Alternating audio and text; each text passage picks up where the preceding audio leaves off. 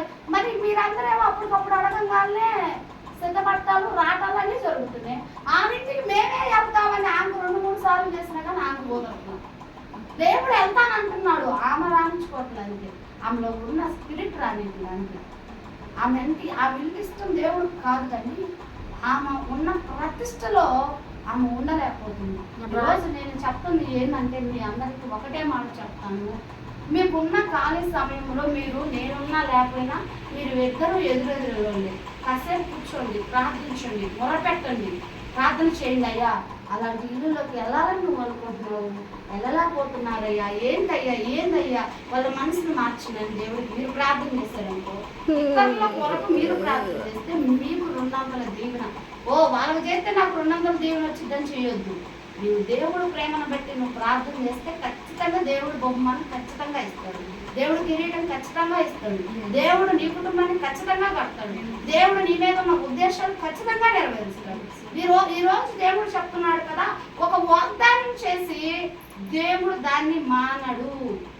మనుషులైనా దేవుడు ఎదుట కొన్ని సమర్పణలు చేసుకొని మానతారు, కానీ దేవుడు మటుకు వాగ్దానం చేసిన వాడు నమ్మదగిన దేవుడు.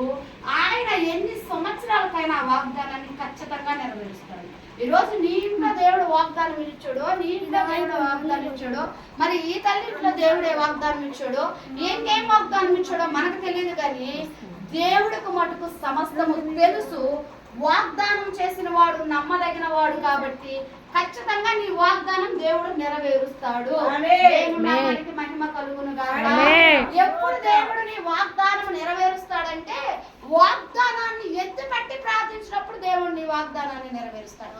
వాగ్దానం ఈ రోజు మనం తీసుకుంటాము, వాగ్దానాల కొరకు ఎత్తిపట్టి ప్రార్థించడం, కానీ మనకు ఆ వాగ్దానాలు కూడా గుర్తుండవు.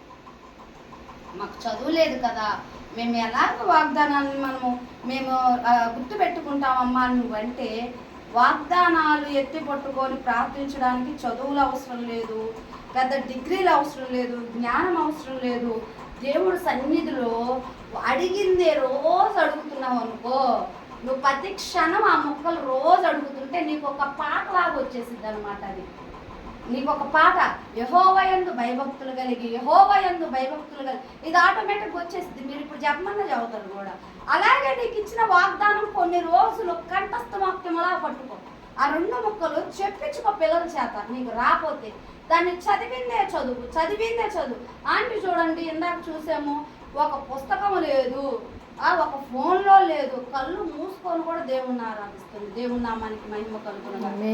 ఎందుకు ఆమెకు ఒక్క రోజుకి వచ్చింది, అది ఒక క్షణానికి వచ్చిందామా?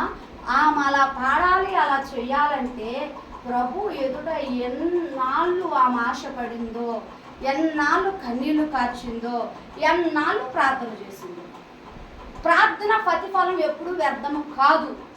అక్కడ చదువు ఉన్నా కానీ స్వరము రావాలిగా,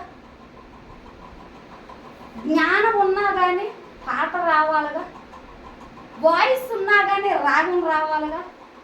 కానీ దేవుడి సన్నిధిలో మనం ఏది అడుగుతామో ఖచ్చితంగా దేవుడు మనకి అది ఖచ్చితంగా ఇస్తాడు.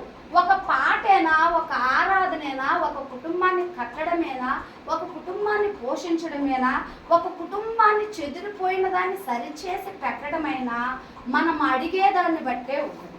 అయ్యా నా కుటుంబం ఇలా ఉంది, నా కుటుంబాన్ని నువ్వు కట్టు, నువ్వు రా, నువ్వు దిగు, నువ్వు మాట్లాడని నువ్వు పదే దేవుడి సన్నిధిలో నువ్వు ధూపం వేస్తూ ఉన్నావు అనుకో, ఈ ధూపం ఒక రోజు దేవదూతల దేశకు పోయి దేవుడు ఎదుట పెడతారు.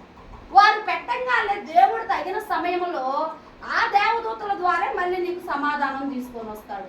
కానీ మనమేం చేస్తామంటే ఒక్కసారి అడిగి దాన్ని పక్కన పెట్టేస్తాం. ఒక 2 సార్లు అడుగుతాం, 3 సార్లు అడుగుతాం, 4 సార్లు అడుగుతాం. కొంతమంది మనమేం చేస్తాం తెలుసా, దేవుడికి కొన్ని కండిషన్లు పెడతాం.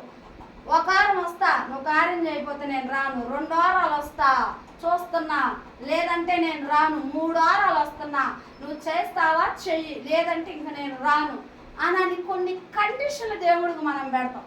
దేవుడికి కండిషన్లు పెట్టే అంత శక్తి మనలో లేదు.